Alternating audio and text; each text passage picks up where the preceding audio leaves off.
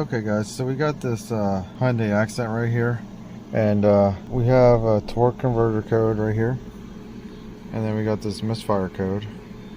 So we'll have to look this up because it's just stuck off. So let's start this up, see if we got a Misfire. See how live data.